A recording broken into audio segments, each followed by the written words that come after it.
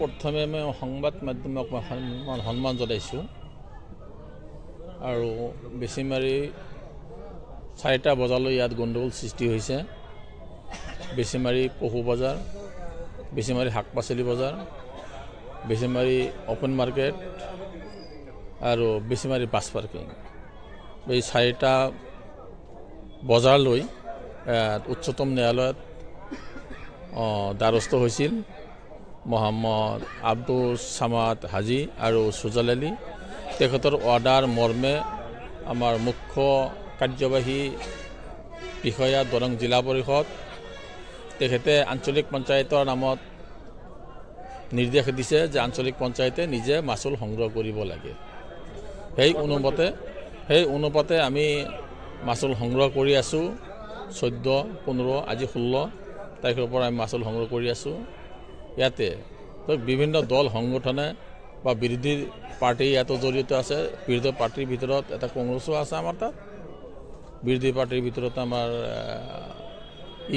AIDF দলো ইয়াতে জড়িত হৈ আছে। আমিতো কোনো দলৰ অন্তৰ্ভুক্ত নহয়। দুয়োটা পক্ষৰ মাজত অলপ লাগালাগি হৈছে। তেনেকুৱা ধৰণৰ কোনো বেছি ধৰণৰ লাগালাগি ইয়াত হোৱা নাই।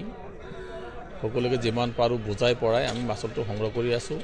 আৰু মাচুল সংগ্ৰহ কৰাৰ সময়ত কিছুমান ব্যক্তিয়ে আমাক অলপ অসুবিধা দিয়ে, আমাৰ লগত জড়িত হৈ থাকি অলপ অসুবিধা দিয়ে। আমি প্ৰত্যেকটো লাইনে আমাৰ কৰ্মচাৰী নিয়োগ কৰা হৈছে। তাতে হাজিৰা হিচাপেও মানুহ 2-এজনকৈ ৰখা হৈছে। অকলে ইয়াত মাচুল সংগ্ৰহ কৰা সম্ভৱ নহয়। সিমান এটা অসুবিধা আমি সন্মুখীন হোৱা নাই। আমাৰ কৰ্মচাৰী সবখিনি গাঁও পঞ্চায়তৰ পৰা আমি আনিছোঁ। সব গাঁও পঞ্চায়তৰ পৰা আমি প্ৰত্যেকটো লাইনত যিকেইটা লাইনত ইয়াত মাচুল সংগ্ৰহ হয় প্ৰত্যেকটো লাইনত আমি আমাৰ কৰ্মচাৰী নিয়োগ কৰা দিয়া হৈছে। কিন্তু অলপ পূৰ্বৰ যিসকলে মাচুল লৈছিল তেওঁলোকে আহি মাচুল ল'বলৈ অহা বুলি আমি তেনেকুৱা ধৰণৰ বেছি এটা দেখা নাই। কিন্তু সিহঁতৰ ফালৰ পৰা আমি অলপ অত্যাচাৰ ভুগি আছোঁ। কাৰণ বজাৰ বেৰত সোমালে আমাৰ আগে পুৰণা মানুহখিনি সোমাই মাচুলবিলাক সংগ্ৰহ কৰি লৈ যায়। আমি যোৱাৰ পিছত আমাৰ মানুহখিনি কয় যে মাচুল সংগ্ৰহ কৰি লৈ গ'ল, অমুকে লৈ গ'ল, তমুকে লৈ গ'ল। যিখিনি ঠাইত মাচুল সংগ্ৰহ হ'ব লাগে সে ধৰক 500 টকা, তাতে যে আমি 100 টকাও নাপাওঁ যে মাচুল লৈ গ'ল। তেনেকুৱা এটা অসুবিধা পাইছোঁ আমি। নাই, তেনেকুৱা কোনো ধৰণৰ দপদপি হোৱা নাই। যোৱা প্ৰায় 4 বছৰে হ'ল। আমাৰ দুৰ্ভাগ্যজনক কথা যে বেছিমাৰি বজাৰখন হৈছে আমাৰ গোটেই অসমৰ ভিতৰত শাক পাচলিৰ এটা প্ৰধান অঞ্চল। এইটো বেছিমাৰি অঞ্চল। এই অঞ্চলত কৃষকসকলে দিনে ৰাতি কষ্ট কৰি কৃষি সামগ্ৰী উৎপাদিত সামগ্ৰীখিনি এইখন বেছিমাৰি বজাৰত বেচিবলৈ আহে। আজি বেছিমাৰি বজাৰত অহা যিখিনি খেতিয়কসকলে তেওঁলোক উৎপাদিত সামগ্ৰী বেচিবলৈ আহে, ইয়াত অহাৰ পিছত যিটো মাচুল দিয়ে, এই মাচুলটো উঠোৱাৰ কাৰণে এটা ছিষ্টেম আছে। পঞ্চায়তী ৰাজ ব্যৱস্থাৰ মাধ্যমেৰে 1 জুলাইৰ পৰা আৰম্ভ কৰি 30 জুনলৈকে পঞ্চায়ত বছৰ হয়। সেই সময়খিনিত যিটো মাচুল উঠোৱাৰ কাৰণে এটা চৰকাৰৰ ফালৰ পৰা নিবিদা গ্ৰহণ কৰা হয়। নিবিদাৰ মাধ্যমেৰে টেণ্ডাৰ লোৱা হয়। টেণ্ডাৰৰ মাধ্যমেৰে ছেটেলমেণ্ট দিয়া হয়। কিন্তু ৰাইজৰ প্ৰতিনিধি হোৱা আজি দলগাঁও সমষ্টিৰ বিধায়ক মুজিবুৰ ৰহমানৰ নেতৃত্বত ইয়াত এটা নিয়মটো ভংগ কৰি দিছে। তেখেতে নিয়ম ভংগ কৰি দি তেওঁ কৰিছে কি, আজি 4 বছৰে বেছিমাৰি বজাৰৰ কোনো টেণ্ডাৰ হোৱা নাই। টেণ্ডাৰ নকৰি মুজিবুৰ ৰহমানৰ নেতৃত্বত কিছু অন্য ধৰণৰ বুজামেলা কৰি ৰাইজৰ পৰা যিটো নিবিদাৰ মাধ্যমেৰে যিটো নিৰিখত বজাৰৰ পৰা মাচুল সংগ্ৰহ কৰিব লাগে তাতকৈ অত্যাধিক মাচুল ইয়াৰ পৰা সংগ্ৰহ কৰি আছে। আৰু চৰকাৰৰ ঘৰত কিন্তু সঠিক পইচা জমা হোৱা নাই। নোহোৱাৰ কাৰণ এটাই হ'ল যে যিহেতু টেণ্ডাৰ নহয়, টেণ্ডাৰ নোহোৱাৰ কাৰণে টেণ্ডাৰ নকৰি মেলি সিহঁতে বুজাবৰাৰ মাজেৰে এইটো বছৰতে যোৱা জুলাই মাহৰ পৰা আৰম্ভ কৰি আজিলৈকে যোৱা 12 তাৰিখলৈকে সিহঁতে যিটো মাচুল সংগ্ৰহ কৰিছিলে, বেছিমাৰি বজাৰত পাৰ্কিং আছে, আপোনাৰ খোলা বজাৰ আছে, সাপ্তাহিক বজাৰ আছে, সাপ্তাহিক খোলা বজাৰ আছে, পশু বজাৰ আছে আৰু দৈনিক চব্জি বজাৰ আছে। এই 4টা বজাৰেৰে সিহঁতে কৰিছে কি, তালেব আলী, মহম্মদ আলী, নকিবুল হুছেইন আৰু জিলুল হকৰ নামত 4জনৰ নামত অবৈধভাৱে এটা টেম্পৰাৰী অৰ্ডাৰ কৰি ইমান দিন বজাৰ উঠাই আছিলে, সংগ্ৰহ কৰি আছিলে। য'ত চৰকাৰৰ মাচুল যিখিনি উঠাব লাগে, চৰকাৰৰ ৰেভিনিউ যিখিনি আছিলে, সেই ৰেভিনিউ কিন্তু চৰকাৰৰ ঘৰত গৈ পোৱা নাই। য'ত এটা বজাৰত 1 কোটি টকাৰ ওপৰত টেণ্ডাৰ হ'ব লাগে, আজি খোলা বজাৰটো কমচে কম 60 পৰা 70 লাখ টকাত বজাৰ ছেটেলমেণ্ট হ'ব লাগিছিলে তাত হয়তো আমি ভাবোঁ 5 লাখৰ পৰা 6 লাখৰ ওপৰত বছৰত কিন্তু তাত মাছুল পইচা জমা হোৱা নাই। তাৰমানে এটা বজাৰত মোটামুটি প্ৰায় 55 পৰা 60,000 টকা 4 লাখ টকালৈকে আমাৰ গভৰ্ণমেণ্টে ৰেভিনিউ পোৱা নাই।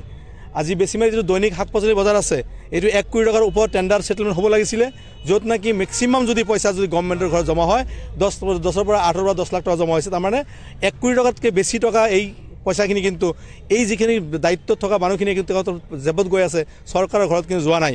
আজি ৰাইজৰ পইচা লৈ আজি ইয়াত উৎপাদিত সামগ্ৰী মানে উৎপাদন কৰা ব্যক্তিসকলে যদি মাছুল যদি আজি কৰ দিব আহিছে সেই কৰ কিন্তু কমকৈ দিয়া নাই। য'ত আপোনাৰ ঠেলা খাজনা আছিলে, য'ত খাজনা আছিলে আপোনাৰ 20 টকা আজি 40 টকা 50 টকা লৈ আছে, আনকি মোন হিচাপেও লৈ আছে। আজি য'ত নেকি আপোনাৰ 30 টকা বা 40 টকাত আপোনাৰ ছাগলী বা আপোনাৰ গৰুৰ খাজনা হ'ব লাগে তাত আপুনি আজি ইয়াতে প্ৰায় 100 টকাৰ ওপৰত লোৱা হৈ আছে, 300 টকালৈ লোৱা হৈ আছে। গতিকে চৰকাৰৰ ঘৰত কিন্তু পইচা জমা হৈ আছে মাত্ৰ 20 টকা বা 30 টকা জমা হৈ আছে, কিন্তু ইয়াতে 300 টকাকৈ লোৱা হৈ আছে। গতিকে এইখিনি হোৱাৰ কাৰণে আমাৰ সচেতন কিছু মানুহে, সচেতন ৰাইজে এইটো হাইকোৰ্টৰ দ্বাৰস্থ হৈছিলে। হাইকোৰ্টত যোৱাৰ পিছত হাইকোৰ্টৰ মহামান্য উচ্চ ন্যায়ালয়ে এটা ৰায়দান কৰিছে যে যিহেতু এই বিগত দিনত অবৈধভাৱে যি 4জনৰ নামত যিখিনি বজাৰ ছেটেলমেণ্ট দিয়া বুলি কৈছিলে সিহঁতৰ অৰ্ডাৰ নাকচ কৰাৰ কাৰণে আজি চৰকাৰৰ ফালৰ পৰাই আঞ্চলিক পঞ্চায়তকে দায়িত্ব দিয়া হৈছে। আঞ্চলিক পঞ্চায়তৰ কৰ্মচাৰীসকলে নিবিদাৰ যিহেতু নোহোৱালৈকে এটা আপোনাৰ টেণ্ডাৰ যিটো চিষ্টেমিক হ'ব লাগে সেইটো নোহোৱালৈকে চৰকাৰৰ পক্ষৰ পৰা আঞ্চলিক পঞ্চায়তৰ নেতৃত্বত মাছুল সংগ্ৰহ কৰিব লাগে। কিন্তু দুৰ্ভাগ্যজনক কথা, যিসকল মানুহে যিসকল ব্যক্তিয়ে যোৱা দিনবোৰত অবৈধভাৱে মানে অবৈধভাৱে এটা অৰ্ডাৰ কৰি সেই অৰ্ডাৰ মোতাবেক যিহেতু উঠাই আছিলে সিহঁতৰ অৰ্ডাৰ কেঞ্চেল হোৱাৰ পিছতো আজি আমি হঠাৎ গম পালোঁ যে বেছিমাৰিত যিসকলৰ নামত অৰ্ডাৰ আছিলে সেই অৰ্ডাৰখিনি কেঞ্চেল হোৱাৰ পিছতো আজি সিহঁতে ৰাস্তাই থিয় হৈ মাছুল সংগ্ৰহ কৰি আছিলে, মানে খাজনা লৈ আছিলে। সেইকাৰণে আমাৰ সচেতন ৰাইজসকল ওলাই আহিছিলে যে সিহঁতে কিয় উঠাব, যদি মাছুল উঠাব লগা হয় মাছুল চৰকাৰে যিহেতু এটা মানে উচ্চ ন্যায়ালয়ে যিটো এটা ৰায়দান কৰিছে সেই হিচাপে আমাৰ DC মহোদয় CU মহোদয়ে যিখিনি অৰ্ডাৰ দিছে অৰ্ডাৰ মোতাবেক আঞ্চলিক পঞ্চায়তৰ কৰ্মকৰ্তাসকলে পঞ্চায়তৰ চৰকাৰী ফালৰ পৰা মানুহখিনিয়ে কৰ সংগ্ৰহ কৰিব।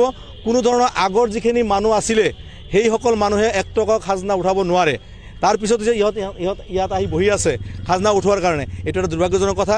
সিহঁতে শিক্ষিত ল'ৰা, সিহঁতে বুজি পায় যিহেতু মানে হাইকোৰ্টে এটা অৰ্ডাৰ নাকচ কৰিছে, তাৰপিছতো আজি সিহঁতে নিজে মোনা লৈ কিনে আহিছে, নিজে কলম খাতা পত্ৰ লৈ আহি ইয়াতে বহি থকাটো এটা দুৰ্ভাগ্যজনক কথা। শিক্ষিত ল'ৰা হৈ আজি যদি আমাৰ উচ্চ ন্যায়ালয়ৰ যদি অৰ্ডাৰ অমান্য কৰে আৰু সেই কথা আমাৰ ছাগল অফিচাৰ, আমাৰ DC মহোদয়, আমাৰ CO মহোদয় যাতে এই কথাখিনি সৰজমিন তদন্ত কৰিবলৈ আজি বজাৰৰ দিন সিহঁত আহিব লাগে, ইয়াত তদন্ত কৰি যিসকল মানুহ ইয়াত ৰখি আছে খাজনা উঠোৱাৰ কাৰণে তাতে সিহঁতে খাজনা নুঠায়, যাতে চৰকাৰে যিটো অৰ্ডাৰ কৰিছে আজি DC মহোদয় CO মহোদয়ে যিটো অৰ্ডাৰ কৰিছে সেই অৰ্ডাৰ মোতাবিক পঞ্চায়তৰ প্ৰতিনিধিসকল, পঞ্চায়তৰ চৰকাৰী যিখিনি মানুহ আছে, টেক্স কালেক্টৰ আছে বা আমাৰ যিখিনি আঞ্চলিক পঞ্চায়তৰ যিখিনি কৰ্মকৰ্তা আছে সিহঁতৰ মাধ্যমেৰে যাতে কৰ লোৱা হয়। আৰু ৰাইজকো মই আহ্বান জনাওঁ, বেছিমাৰি বজাৰ 3 মাহলৈকে যোৱা 12 তাৰিখ আমাৰ ডিচেম্বৰ মাহৰ 12 তাৰিখে অৰ্ডাৰ কৰিছে, 3 মাহৰ ভিতৰত নতুনকৈ টেণ্ডাৰ গ্ৰহণ কৰা হ'ব, নিবিদাৰ গ্ৰহণ কৰা হ'ব। নিবিদাৰ মাধ্যমেৰে যেতিয়ালৈকে ছেটেলমেণ্ট দিয়া নহয় কোনো সচেতন ৰাইজে, কোনো আমাৰ খেতিয়কসকলে যিসকলে ছাগলী বা গৰু বেচিবলৈ আহিছে কোনো মানুহে যাতে খাজনা যাতে আগৰ মানুহ যিবিলাক মানুহক উঠাইছিলে সিহঁতৰ মানুহৰ হাতত যাতে খাজনা নিদিয়ে। খাজনা দিব লগা হ'লে একমাত্ৰ চৰকাৰী পক্ষৰ পৰা যিখিনি আঞ্চলিক পঞ্চায়তৰ যিখিনি কৰ্মচাৰী আছে, চৰকাৰী কৰ্মচাৰী আছে, পঞ্চায়তৰ কৰ্মচাৰী আছে সেইসকলৰ হাতত যাতে দিয়া হয়, তাৰ বাদে কাৰো হাতত যাতে দিয়া নহয়। আৰু যদি কোনোবাই যদি কোনো ব্যক্তিগত মানুহ লগাই যদি খাজনা উঠাইছে, মই আজি ছাগল মহোদয়ক মানে অনুৰোধ জনাম, আজি এই মিডিয়াৰ মাধ্যমেৰে DC মহোদয়ক অনুৰোধ জনাম, আজি CO মহোদয়ক অনুৰোধ জনাম, যদি কোনো অন্য ব্যক্তিয়ে যদি পইচা উঠায় তাৰ নাম সচেতন ৰাইজে আমাৰ DC মহোদয়ক জনাব, আমাৰ CO মহোদয়ক জনাব, আমাৰ ছাগল অফিচাৰক জনাব। জনোৱাৰ পিছত সিহঁতৰ নামত যাতে চৰকাৰী পইচা যাতে আত্মসাৎ কৰাৰ নামত যাতে সিহঁতৰ যাতে ওপৰত কেছ মোকদ্দমা যাতে কৰা হয়, যাতে কেছ যাতে তাৰ ওপৰত দিয়া হয়। আৰু সেইমতে যাতে আইনী প্ৰক্ৰিয়াৰে যাতে যিসকল মানুহে অবৈধভাৱে এই ৰাইজক ঠগনি দিয়াৰ কাৰণে বেছি পইচা খাজনা উঠাই আছে সিহঁতৰ ওপৰত যাতে আইনী ব্যৱস্থা লোৱা হয়। আৰু এই 3 মাহ টেণ্ডাৰ নোহোৱালৈকে কোনো ব্যক্তিয়ে যাতে ইয়াত যাতে খাজনা উঠাবলৈ নাহে তাৰ কাৰণে মই সকলোকে আহ্বান অনুৰোধ জনাইছোঁ। যদি খাজনা উঠাবলৈ আহে, যদি কিবা কাৰণে ইয়াত যদি কোনো ধৰণৰ হুলস্থুল পৰিৱেশ হয়, সচেতন ৰাইজৰ লগত যদি কাজিয়া পেচাল হয়, কোনো ধৰণৰ গণ্ডগোল যদি হয়, তেতিয়াহ'লে যিসকল মানুহৰ নেতৃত্বত এই খাজনা উঠাবলৈ আহিব সেইসকল মানুহক কিন্তু দায়ী হ'ব লাগিব। আৰু যদি এই কথা যদি নাভাবে, যদি বেছিমাৰিত মৰাপাটৰ ক্ষেত্ৰত বিষয় লৈ বিগত দিনত 4জন মানুহ ইয়াত গুলীয়াই হত্যা কৰা হৈছিল, মাৰা হৈছিলে, তাতে সেইটো পৰিৱেশ যাতে আকৌ যাতে নকৰে। এই মুজিবুৰ ৰহমান চাহাবৰ হোৱাৰ পিছত এই আপোনাৰ এই দলগাঁও সমষ্টি বিধায়ক হোৱাৰ পিছৰ পৰা এটা হুলস্থুল পৰিৱেশ সৃষ্টি হৈ আছে। সিহঁতে গুণ্ডামী ৰাজৰ নিচিনা ব্যৱস্থা কৰি আছে। সিহঁতৰ নিজৰ বাহুবল দেখাব বিচাৰে। সিহঁতৰ ৰাজনীতি জয়ী হোৱাৰ পিছত, আজি বিধায়ক হোৱাৰ পিছত তেওঁ এটা এই অঞ্চলৰ এজন বিধায়ক হয়, এই অঞ্চলৰ ৰাইজৰ প্ৰতিনিধি হয়, তেওঁ বেছিমাৰী বাসিন্দা, বেছিমাৰী তেওঁৰ জন্ম হয়, কিন্তু বেছিমাৰী পৰিৱেশ তেওঁ বিনষ্ট কৰি আছে। মই আহ্বান জনাম যাতে মুজিবুৰ ৰহমান চাহেব যাতে কোনো ধৰণৰ বিনষ্ট নকৰি, তেওঁ ৰাইজৰ প্ৰতিনিধি হয়, তেওঁৰ গুণ্ডা বাহিনী লগাই দি যাতে হুলস্থুল পৰিৱেশ সৃষ্টি নকৰে। তেওঁ এই অঞ্চলৰ শান্তিৰ কাৰণে যাতে সকলো মানুহক আহ্বান জনায় যে আমি গোটেই এই অঞ্চলৰ, গোটেই আমাৰ বেছিমাৰী অঞ্চলৰ দলগাঁও সমষ্টিৰ প্ৰত্যেকটো মানুহৰ কাৰণে যাতে আমি শান্তি সম্প্ৰীতি অটুট ৰাখোঁ, তাৰ কাৰণে মই আহ্বান জনাই সকলো ৰাইজক যাতে কৰ মাচুল যাতে কোনো ধৰণৰ ব্যক্তিগত মানুহক দিয়া নহয়, যাতে একমাত্ৰ আঞ্চলিক পঞ্চায়তৰ প্ৰতিনিধি, আঞ্চলিক পঞ্চায়ত যিখিনি ৰাইজৰ পৰা যিখিনি পইচা কালেক্ট কৰিব, যাতে আঞ্চলিক পঞ্চায়তৰ যিখিনি কৰ্মচাৰী আছে বা পঞ্চায়তৰ কৰ্মচাৰী যাতে সিহঁতৰ মাধ্যমে যাতে কৰ সংগ্ৰহ কৰা হয়, অন্য মানুহক যাতে কৰ দিয়া নহয়, যাতে খাজনা দিয়া নহয়, তাৰ কাৰণে আহ্বান জনাই 3 মাহলৈকে এটা টেণ্ডাৰ কৰাৰ কাৰণে যিটো ব্যৱস্থা কৰা হৈছে, 3 মাহৰ ভিতৰত যাতে এই টেণ্ডাৰ গ্ৰহণ কৰা হয় আৰু যাতে এটা মানে শান্তি সম্প্ৰীতি অটুট ৰাখি যাতে আমাৰ ছেটেলমেণ্ট দিয়া হয়, তাৰ কাৰণে মই আহ্বান জনাইছোঁ।